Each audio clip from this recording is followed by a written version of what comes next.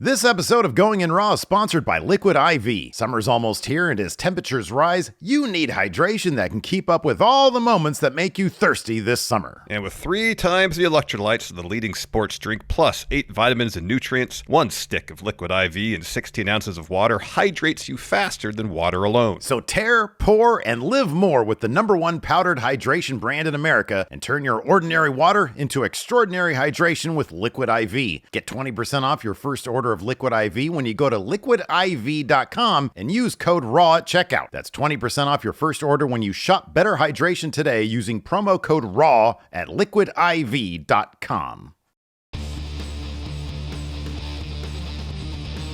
Hey, Friendo, Steve here. Hey, Larson. And welcome back to Going in Raw Count Out. Ooh, 2 weeks in a row we've got a count out, Larson. Wow.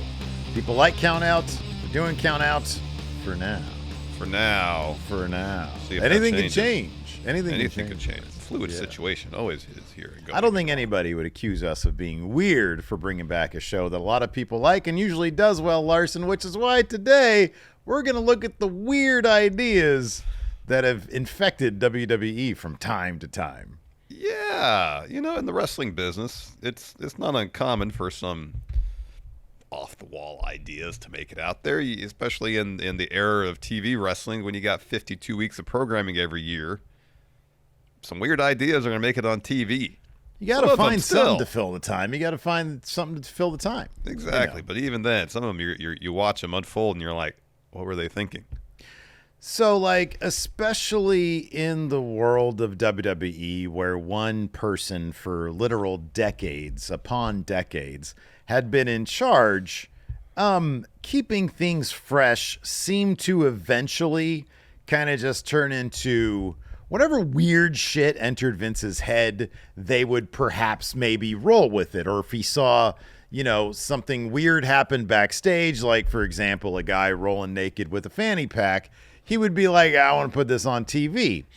Vince McMahon was a unique individual. Is a unique individual. That's the way of putting it. And so you've got this weirdo at the helm, like running the company and in charge of the creative behind a company that, you know, is sort of singular in the entertainment industry. It's not like there's, you know, through the years, there wasn't like a ton of competition there for WWF. Like for a little period of time, there was WCW. Now we got AEW, but like by and large, it's just like one dude sort of dictating what happens on TV. And this guy is kind of an oddball, Vince McMahon. Oh, yes.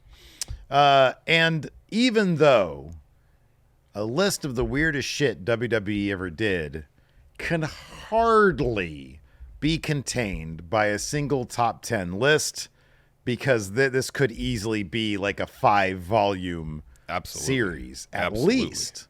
Absolutely. And we invite people because, hell, I don't know, we could revisit this concept. Let us know in the comments below some of the weirdest things WWE has done. Yeah.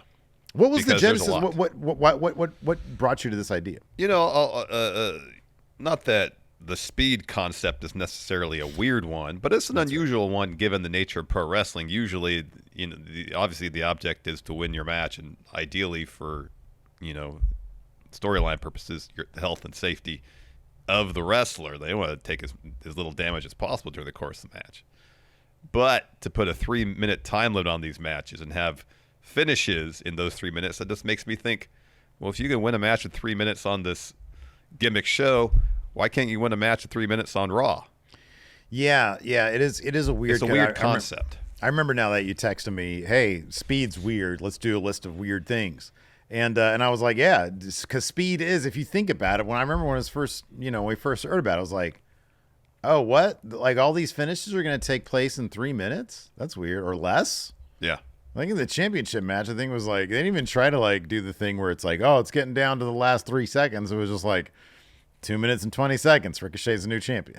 Yeah. Now you're trying to milk the drama out of the... Yeah, I'm almost positive I'm right about that. Let me double check, but I'm pretty sure there was like time left on the clock. I mean, I could be completely wrong about that. But yeah, I mean, you know, and honestly, like I said, you know, this list, You could literally put all the ideas on this list, jumble it up, order it randomly, and you'd be justified because they're all uniquely bizarre. And weird, yes. More than anything, they're all weird. So yes, these are 10 weird, really weird weird ideas that would be put on TV.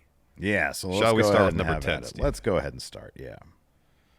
Oh, number 10. Sorry, 10. I was looking for the speed match. Number 10. 10. Raw Underground. So here's the thing about Raw Underground. On paper, I don't think this is a terrible idea. Yeah, I know. And apparently from the reporting on it, it seems to be a Shane McMahon creation, which, again, isn't surprising. He talked about it on After the Bell. He's a noted MMA aficionado. Mm-hmm. And the idea of doing, like a Fight Club type MMA-inspired segment on Raw, again, not a terrible idea per se, outside the box, but given the popularity of UFC, made sense to try to capitalize on it, especially in 2020, in the midst of pandemic, when they had to freshen up their TV somehow when they were doing so many of their shows in empty arenas. Yeah, this was August of 2020.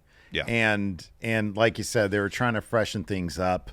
Empty arena, 3 hours of empty arena, Raw. And then on top of that, they didn't even bother. I always thought, I think you agreed, it would be kind of cool if they would have done stuff that was more, because they're not on the road. Yeah. They're there. I mean, it sort of depends on the wrestlers and where they live, but you're in the same location every week. Maybe take advantage of being outside and film some stuff out and about. But instead they chose a closed off, smaller, it's like the one thing you could do during COVID was go outside with reasonable safety. One thing you shouldn't be doing is confining yourself to an even smaller area, packing even more people in it. And that's what they did with Raw Underground. But no, I remember you and I think we fantasy booked hey, this is what they could do. You bring up this, you do a Raw Underground title.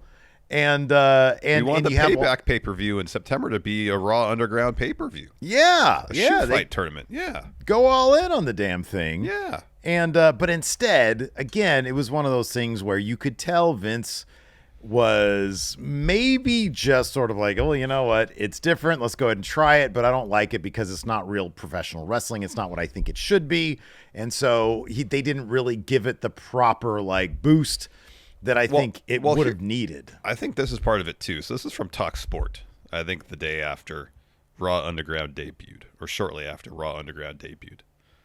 Talk Sport. This is a quote from the report here. Talk Sport understands this is legitimately a brainchild of Shane McMahon, as something that was put together on the day of the tapings. So from its inception, it was kind of half baked. Mm-hmm. Yeah.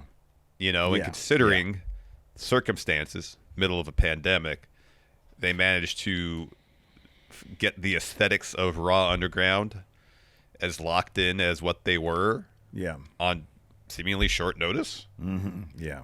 All right. I mean, that's they got it together as best they could for that debut. The problem is they never really developed it much after that initial concept and essentially the live TV pilot.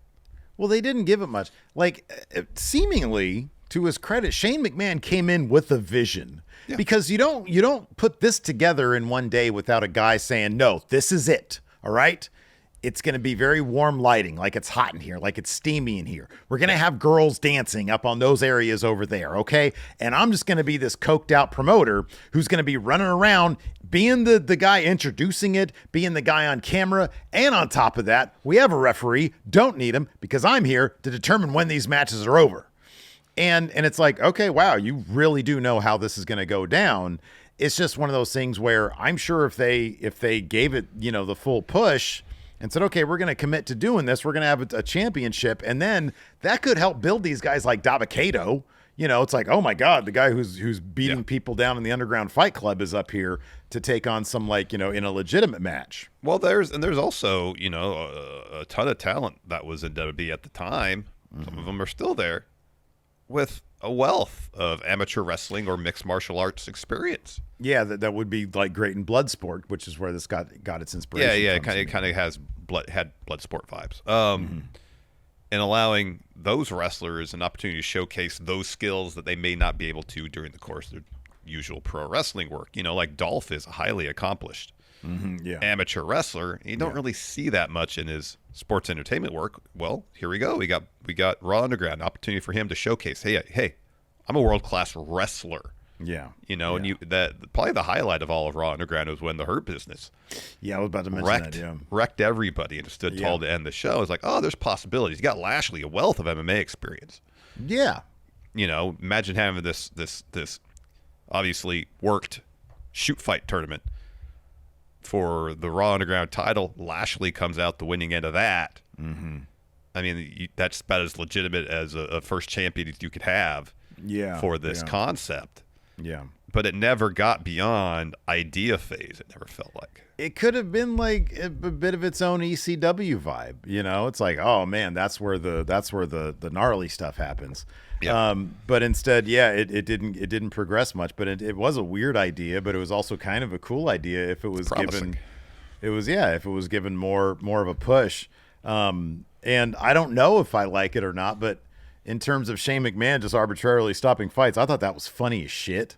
And again, it's one of those things where it's like, I don't know, it just sort of, I guess, entertained me because I thought it was hilarious. Didn't make any sense, but therein lies the entertainment value of it, you know, sort of bizarre. And the whole thing just felt coked out, which, again, hey, entertain me, man, you know.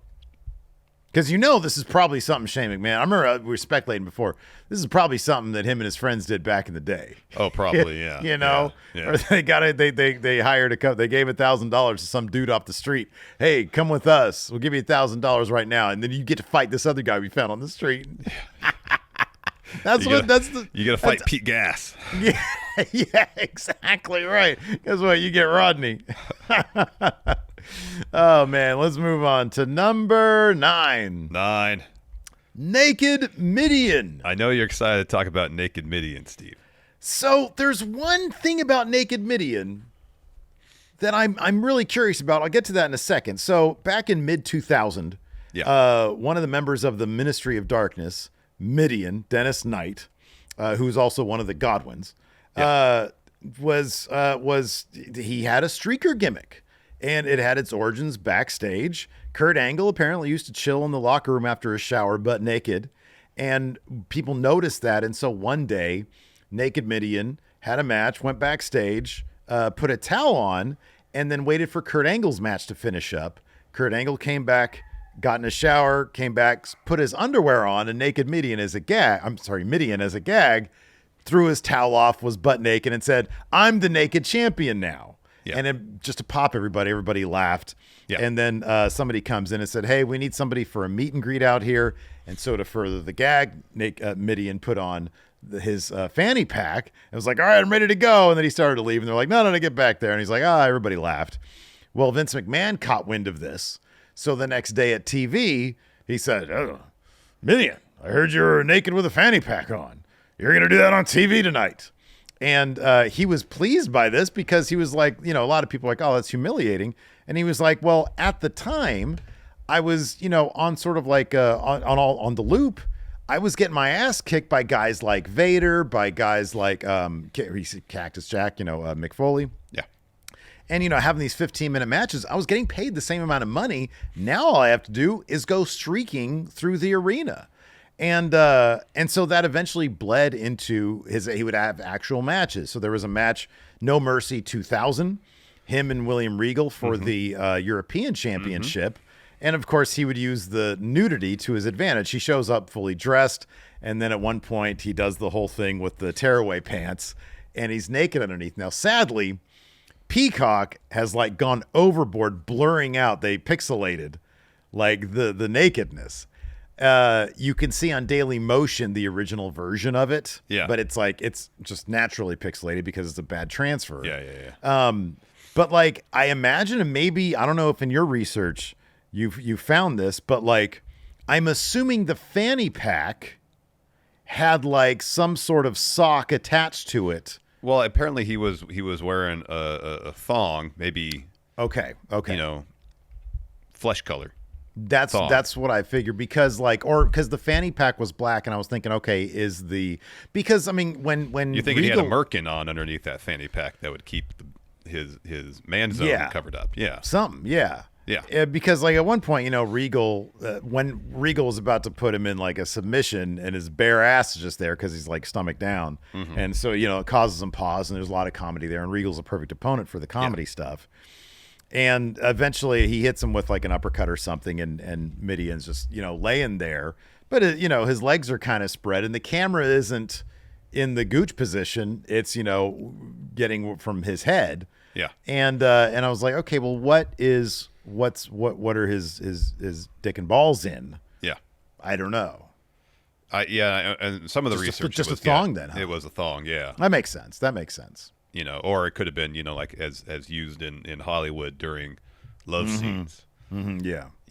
They have these coverings, merkins. Flesh toned, yeah. Yeah, flesh tone, coverings for, the front areas. Mm-hmm. So they're covered up. So it could be something like that. And it's suspect entirely possible that could have even been attached to the fanny pack so you're not having the fanny pack flying all over the place, and exposing, hey. That's sort of what I was. It is funny though because assuming it's a thong, I'm assuming that there is at least a sliver of cloth covering his asshole because this dude would go up to the top rope. And when you're going up there, especially a guy like, it's not like RVD who just springs up there. Yeah. But Mideon gets up there and there's all sorts of there's all sorts of awkward nakedness there. And of course they do the spot where Regal like pushes the rope and he falls, he crotches the rope. Yeah. And I don't know. It was really good for comedy. It didn't last very long. About 6 months, something like that. Yeah. But and I think he even was included in the No Mercy video game as Naked Mideon. I remember that. And I think they might have done the pixelation thing around his front area, maybe. But yeah, I don't know. Suffice to say, bizarre, like crazy that Vince would be like, "Oh, we got to get that on TV." But all from a backstage rib. I know. I mean, I guess maybe there's something to be said about, hey, this Pop the Boys, streakers were a thing in the '70s. This could be pretty funny, and it could be played for laughs. And it was fairly effective for the moment anyway. It was one of those things that never really overstayed its welcome either. It ran its course, and then they moved on. Yeah, totally. Anyways, dude, before we continue on, you want to pay some bills, Larson? Let's do it. This episode of Going in Raw is sponsored by BetterHelp Steve. Yes. You know me, right? I think, Mm-hmm. yeah? Yeah, I know you pretty good. I'm an anxious guy, right? Mm-hmm. Yes. And regardless if the stressors of my life are huge or tiny, I've always tended to bottle things up. But as I learned in the hard way in my mid-20s, bottling up stress can cause some serious issues, and my anxiety started to adversely affect just about every aspect of my life. Eventually, I realized that I needed to go to therapy. And therapy offered me a safe space where I could work through what was weighing me down and allowed me to learn positive coping skills to better manage my anxiety. So if you need to get something off your chest and are thinking about starting therapy, give BetterHelp a try. BetterHelp is completely online and designed to be convenient, flexible, and suited for your schedule. All you got to do to get started is fill out a brief questionnaire to get matched with a licensed therapist, and then you can switch therapists at any time for no additional charge. So get it off your chest with BetterHelp. Visit BetterHelp.com/raw today to get 10% off your first month. That's BetterHelp, HELP.com/raw. And let's get a word from our sponsor, Liquid IV. Summer's almost here. That means basketball for Steve and I. And whether it's Steve setting a new personal best during our 3-point contest. What has he got, 16? Got 16 out of 25. Good job. Great job. Or me. Appreciate it. Yeah. Soaring above you. Literally jumping over you to dunk in your face. We're making plenty of moments on the court this summer. Dude, I know recently when you've talked about that, I've indulged you a little bit because I know you've been under the weather. But I'm afraid to say that's never happened. There's photographic evidence. I'm going to make it a poster.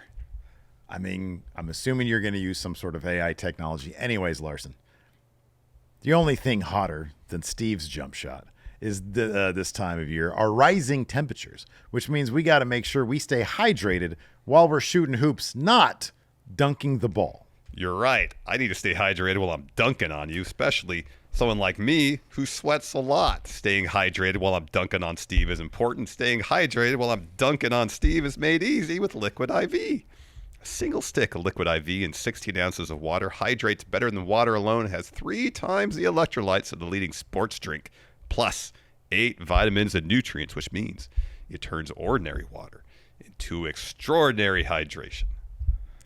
You didn't dunk on me. I dunked over you. But Liquid IV does help me avoid those nasty dehydration headaches, like Larson avoids the truth. But Liquid IV is also the perfect companion to help you stay hydrated while traveling, after a long night out, or if you're just chilling at the beach. You may avoid those dehydration headaches, but you're not avoiding me dunking on you.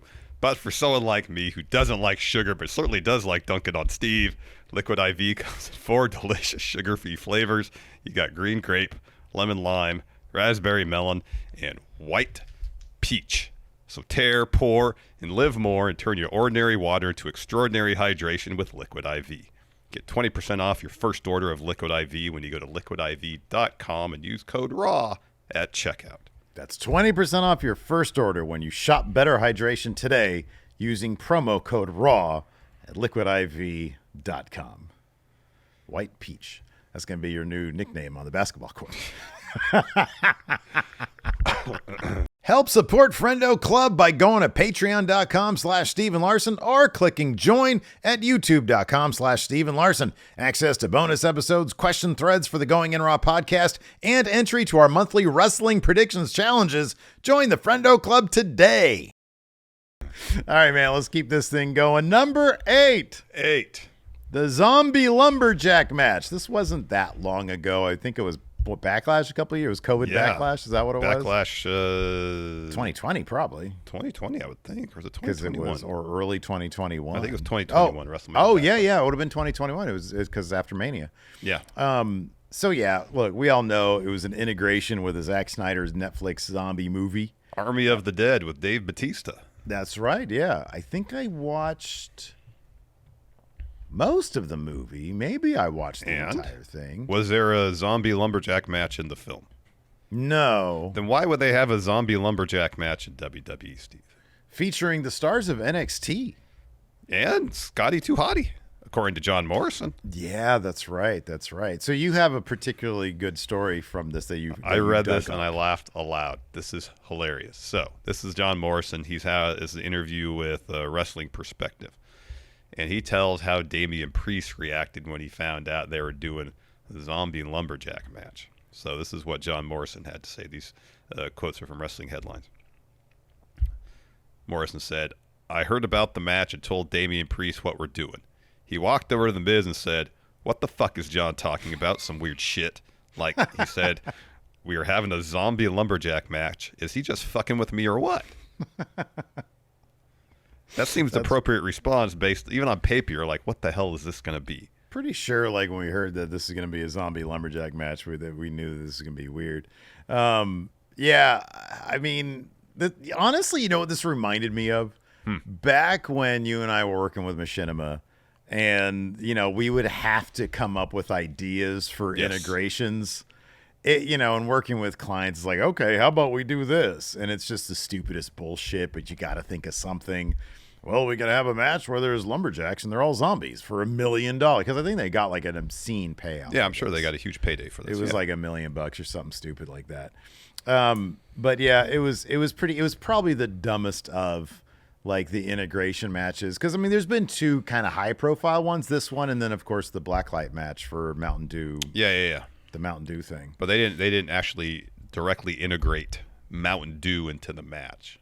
You know what I mean? It was under black light, and there was all, everything was neon colored and stuff. Yeah, and yeah. Visually, it actually looked pretty cool. Looked really neat. This, you had just a bunch of people in zombie makeup who had to do zombie stuff in a world, except for one example in ECW, is bereft of zombies. And here's the thing.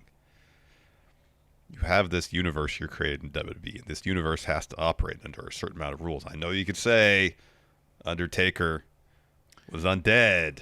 Yeah, Bray Wyatt, supernatural powers. But especially since you're advertising this is an integration with Army of the Dead. Mm-hmm. It's this weird crossover between reality and this universe you've created. Mm-hmm. That for the most part, yes, you can point to various supernatural or undead characters. Even a zombie in ECW. It kind of strained suspension of disbelief to think, there's actually zombies here surrounding the ring, acting as lumberjacks for this particular bout. See, and my if head, there's zombies, how do you communicate to them? If you're the zombie wrangler for this bout, how do you communicate to them, here's your responsibility as zombie lumberjacks? You get a zombie translator. In the entire history that I'm aware of zombie lore, I don't recall ever hearing a zombie translator. Right. But in the last of the Romero trilogy, the third one anyways, of the Romero trilogy, they were getting smarter. They were able to start training zombies. Maybe this is just the natural evolution of that. All right. Well, they need to. That's the stuff. The important story beats they need to get into. I got you on that one. I always took this match as just exactly what it was, like non-canon advertising. You know, it's like, oh, that's cool. They kicked these competitors a couple bucks to put on an exhibition. A match where they're not really doing any damage to each other to sell this movie, and then they got back to their feud. No, it was completely stupid and kind of a waste of our time. Especially because Miz and Morrison at the end of the match, I believe, got overwhelmed and obviously the subtext is got eaten by zombies. They got eaten by zombies. Only be perfectly fine the next TV. Yeah. There's no. They really should have turned into zombies. Yeah, this was stupid. Let's move on. Number 7. NWO Eric Rowan, the second Eric Rowan. Honestly, this could have been number 1. What's actually even more weird about this is, okay, so the setup was this. Roman and Joe were kind of feuding. Yes. And then somebody attacks Roman in a car. That's not a car. They pushed something on him. Well, no, before this, somebody rammed their car into Roman. And Joe was like, oh, God, I'm like Roman's op right now, but this is too far, right? Yeah. So then somebody pushes some shit on Roman. So we have a mystery whodunit attack situation, right? So Buddy Matthews now, happened to be roaming around backstage as they were filming one of these segments. Yeah. And so they integrated him. They brought him in. They were like, oh, he's back there. Let's have Roman quiz him. So Roman's on the hunt for who's trying to attack him, as he would be. Now, the entire time, the performer Roman Reigns, Joe, obviously was checked out. He's like, I know this is stupid. I'm probably one storyline away from telling Vince I'm done with this place. That storyline ended up being dog food. But this preceded that. This is one of those 2019 things, right? Yes. Meanwhile, Daniel Bryan was post-WrestleMania, post-Kofi Mania, doing some awesome work as a heel who looks like he's on the verge of laughing every 2 seconds. Yes. He's been teaming up with Eric Rowan. He's the learning tree for Eric Rowan, right? And so he tells it's revealed that Rowan was seen. I think Buddy Murphy says, oh, it was Rowan. And so Roman's able to beat that out of him. And so he's like, hey, I know it was you. Daniel Bryan's like, it wasn't him. But next week, I'll tell you who it was. And the entire time, Bryan's trying not to laugh, and Roman is checked out. Yeah.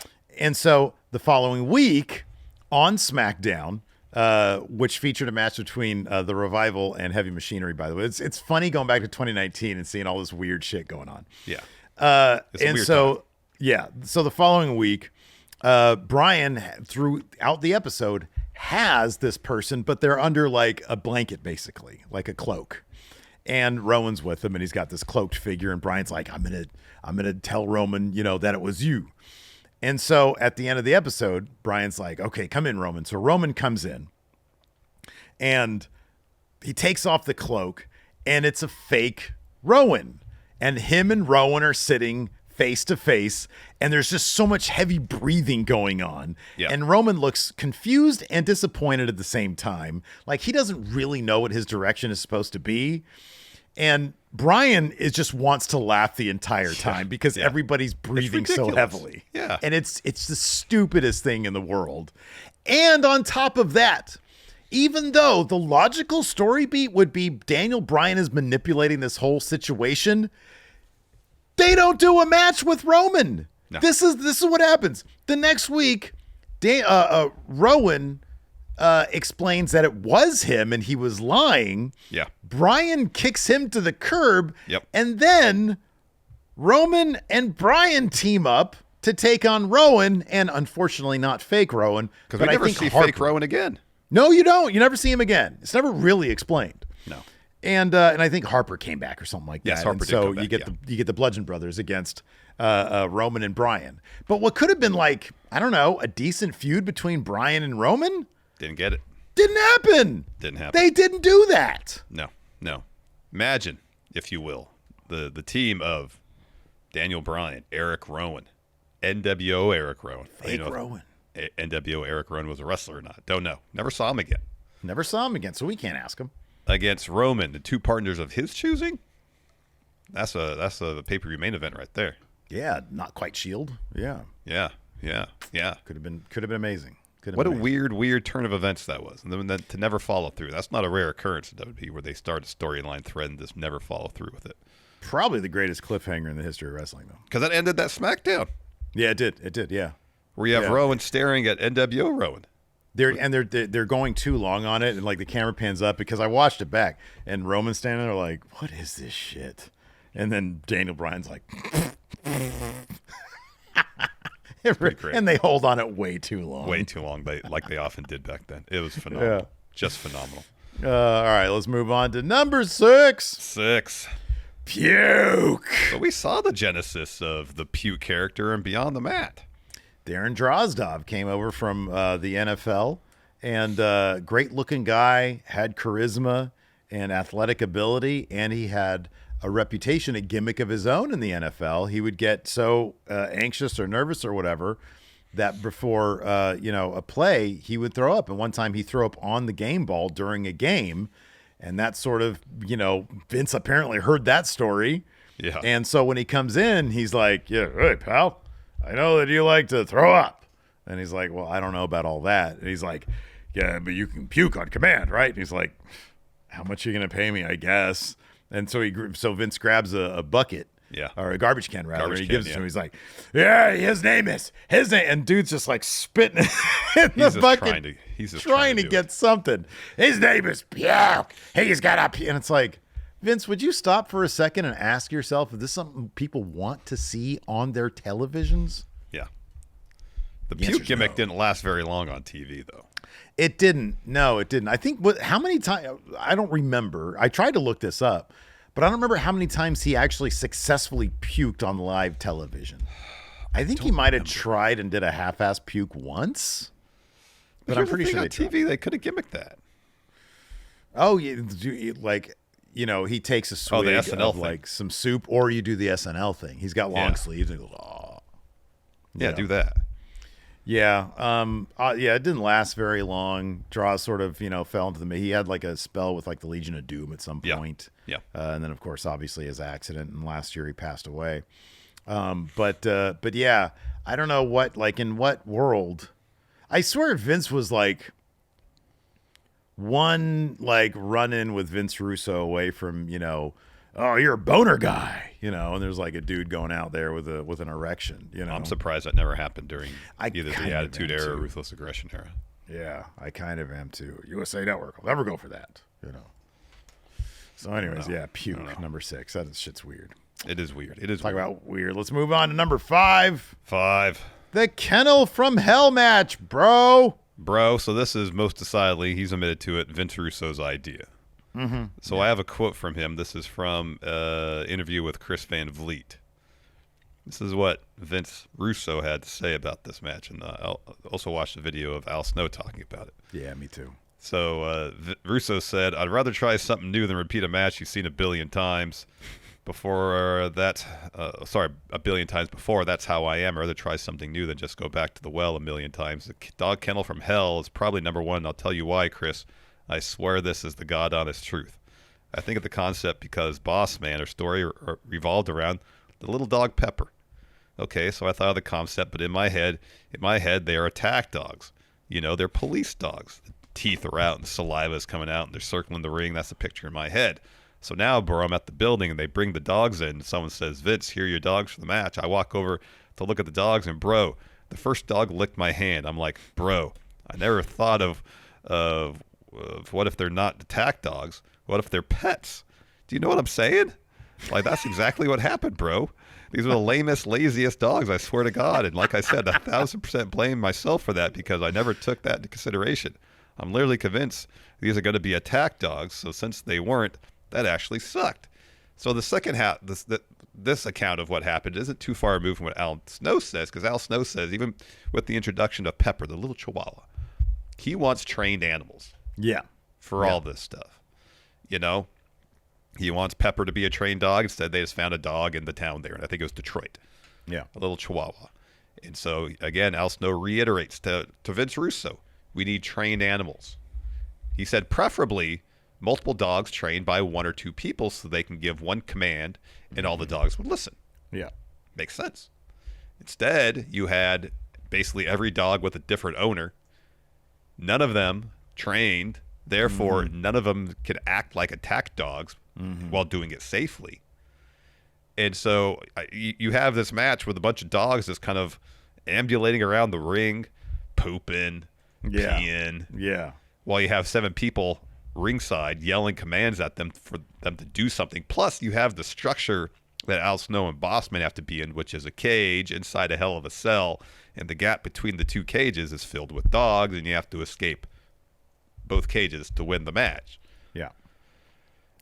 It's a ridiculous concept and seemingly half-assed at every possible step. Okay, so I do take issue with that.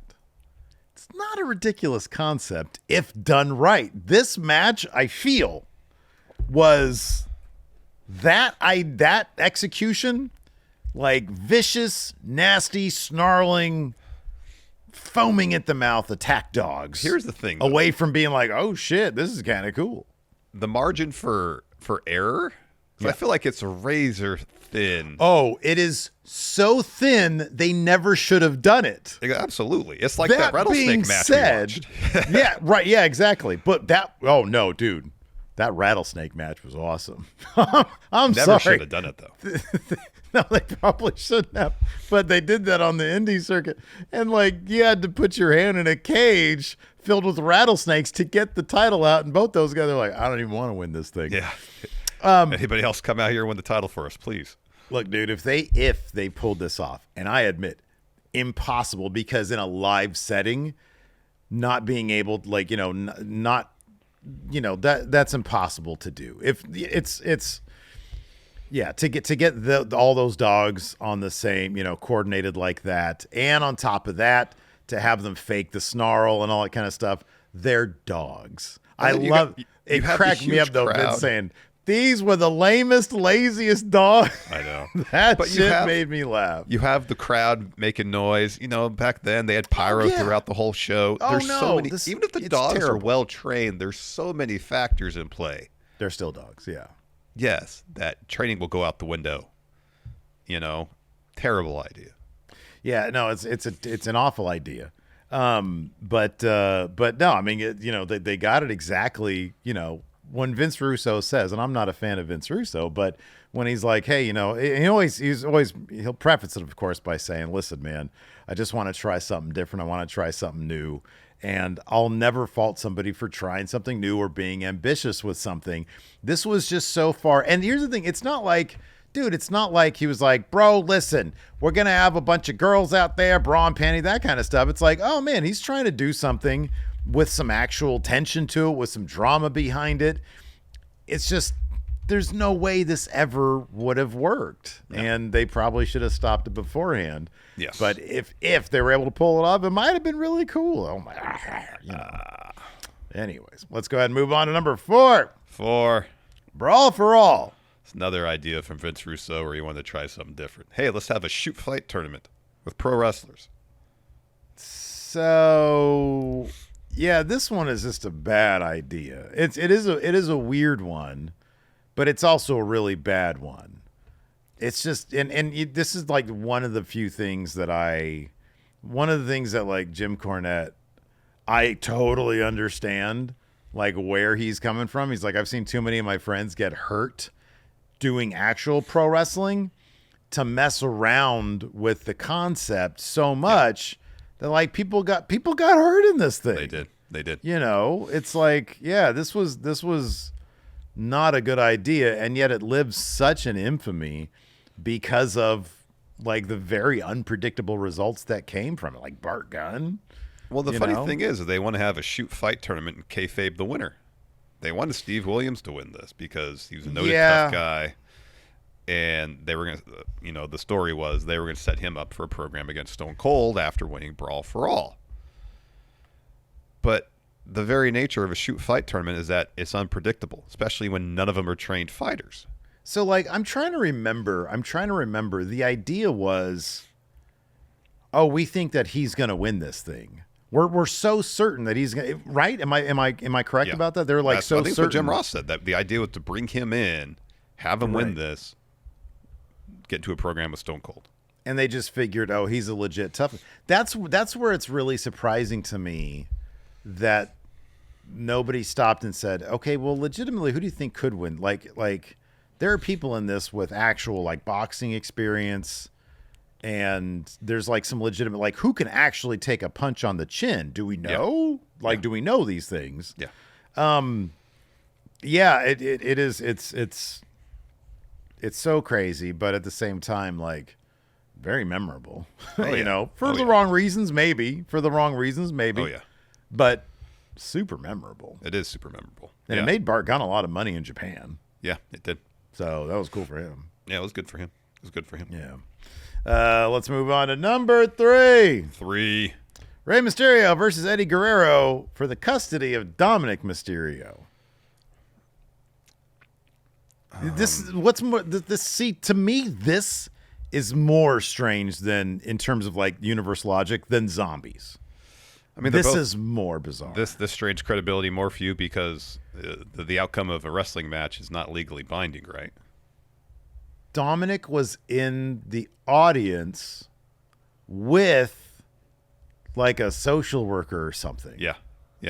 That and they're like, okay, we're gonna sit here, we're gonna watch a ladder match where custody papers for like a dude who's not even like in no way genetically linked to Dominik Mysterio.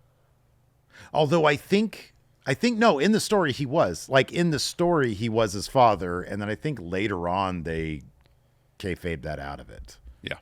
Yeah, I think like that's right. Like something like that. But yeah, he was like, yeah, that was the story. So I don't know. Yeah, the thing is like the idea that court proceedings, custody proceedings are usurped by a ladder match. Yeah. Strains credibility more for me than zombies showing up to be lumberjacks. That's interesting. Yeah. Interesting. Having first-hand seen because of, my wife and her and my stepkids live custody battles. I've seen actual custody battles. None of them took They place don't in a look wrestling anything ring. like what we saw at SummerSlam. No. I got a quote here from Rey. This is from his Untold documentary about how he was pitched this match. He said, Eddie at the time, this quote's coming from Fightful. Eddie at the time, he wanted to be the bad guy. He knew exactly what he was doing. From my understanding, the story of the custody of Dom was put together by Bruce Pritchard and Eddie Guerrero.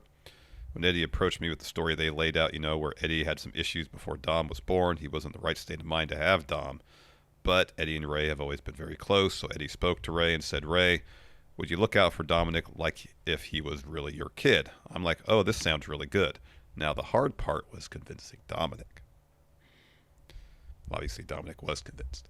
Mm-hmm. Yeah. But yeah, it's interesting to see, legal battles play out in the pro wrestling ring. And it's a bizarre concept. And one, we've seen odd stipulations and odd things on the line for matches. But this, I don't know It's if a very there's Vince Russo thing, but it's after he was already It's gone. well after he left. Yeah. It was like 2005, I think, wasn't it? Yeah, it was well after he left. Yeah, it was 2005. Yeah. Yeah, in terms of straining credibility, this is pretty high up there for things that really shouldn't be decided in a wrestling match at all. That being said, it fits perfectly within the world of telenovelas. And Eddie Guerrero made for an amazing bad guy here. Yeah. Like, it was like we watched SummerSlam 2005 Oh, for yeah, a yeah. retro review.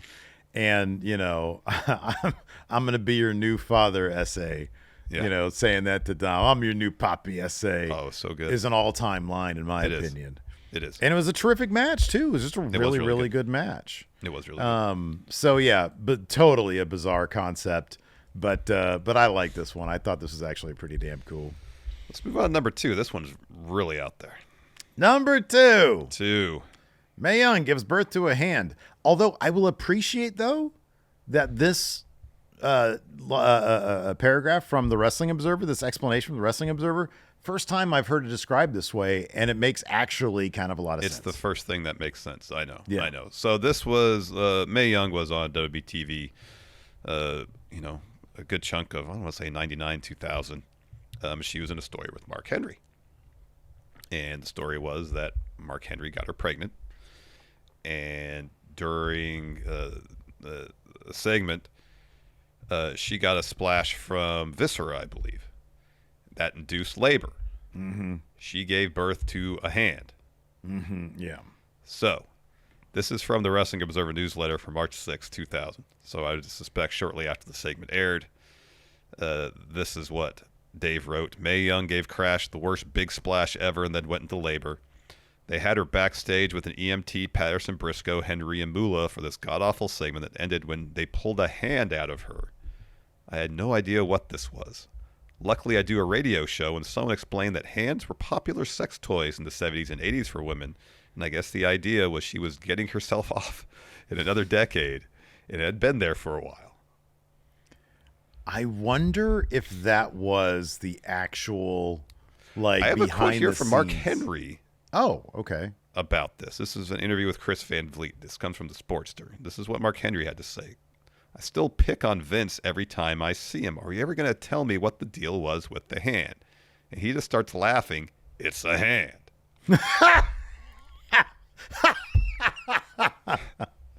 Yeah, again, it's one of those things where like like a logical explanation isn't even the explanation. It's just Vince being really weird. Weird, yes. It's a hand.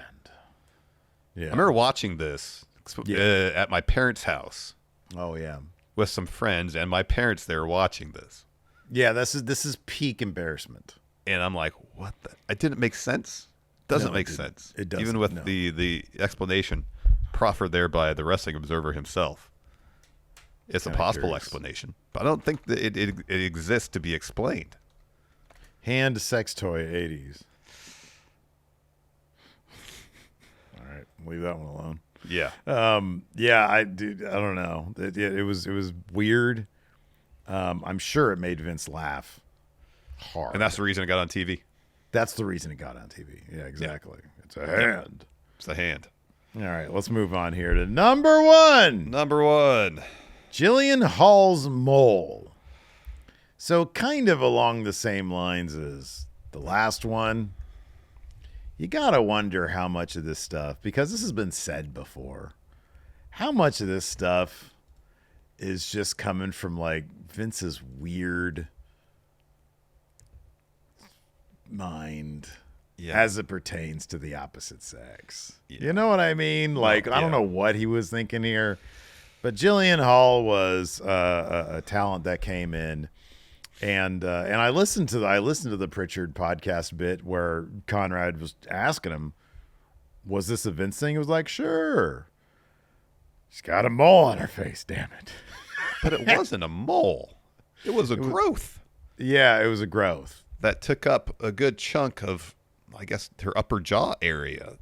Yeah. So apparently she debuted in summer of 2005. She was the publicist for Eminem. Okay. And mole.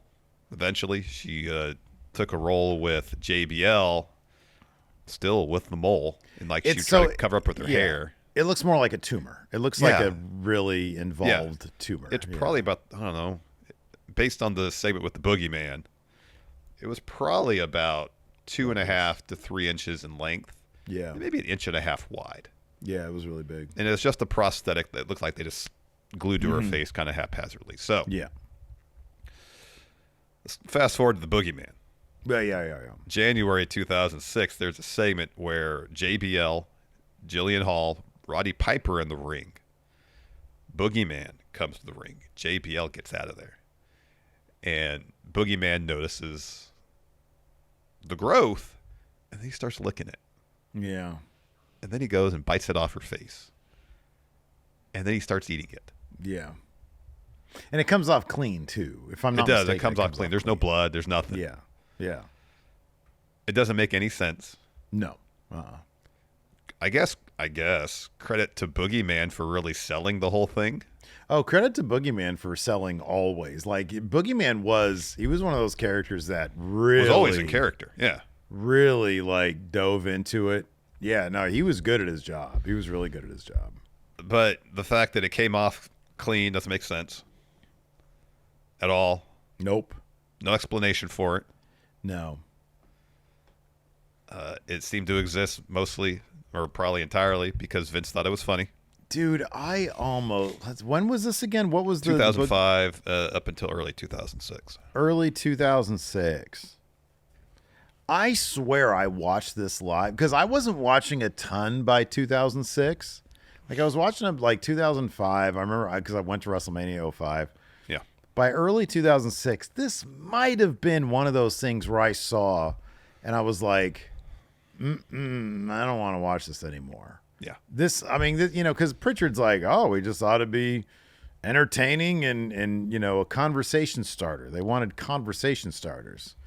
But when the conversation is, this is so bad that I just don't want to watch anymore. Yeah. That's not a good thing. No.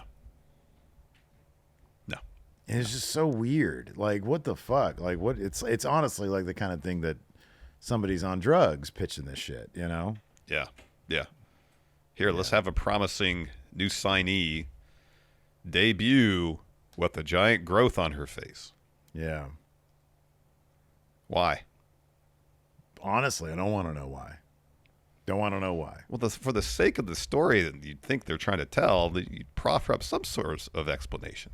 Yeah, I know, but I'm saying like where like the genesis of this probably in Vince's mind have no desire to understand it. I don't disagree with that. I'm simply talking for the sake of what they put on television. Yeah, man. It's Vince's toy box for a long time. It's really horrible stuff. Yeah. And very, very weird. Anyways, let us know what weird shit you guys remember from WWE. Usually just Vince's stuff. In the comments below. Be sure to hit that like button, that subscribe button. Thanks for watching. We appreciate it. Till next time. We'll see you guys around. Goodbye.